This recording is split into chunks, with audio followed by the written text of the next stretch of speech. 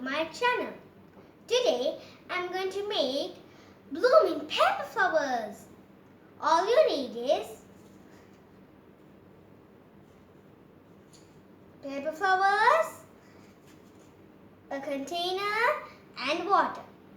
First I'm going to take a paper flower and gently fold the petals.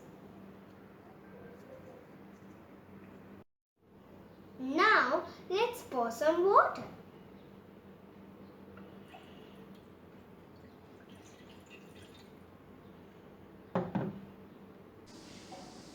These flowers I have cut out of colored A4 sheets.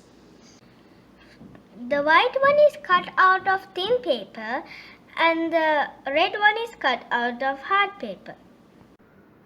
Let's put the flowers now and let's see which one will bloom fast.